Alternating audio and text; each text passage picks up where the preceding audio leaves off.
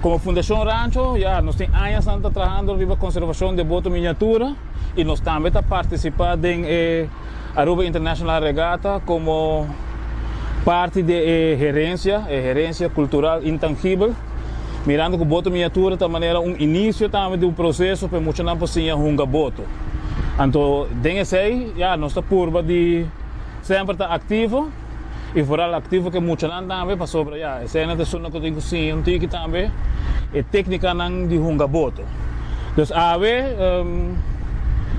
dia 29 de junho, nós estamos aqui dentro carreira de regata e nós estamos fazendo nos acostumbrados a carreira de categoria 30, 35 e 40 e nós estamos muito contentes porque eu muito trove para participar desse aqui.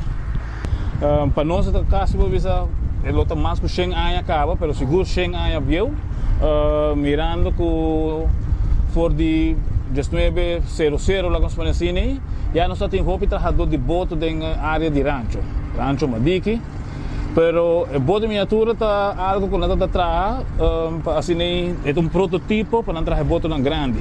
Para o biano está dando muito para vai hunga dentro da salinha. Para que só tem salinha dentro da área de rancho, pero também é parte de tataratata, toda a área nesta área não caminho que pescador não é família não está chega e é muito não tem algo de hunga.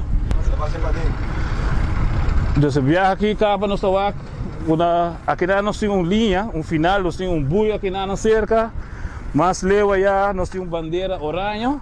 Essa aqui tem linha que nós estamos que bota na chega fenda.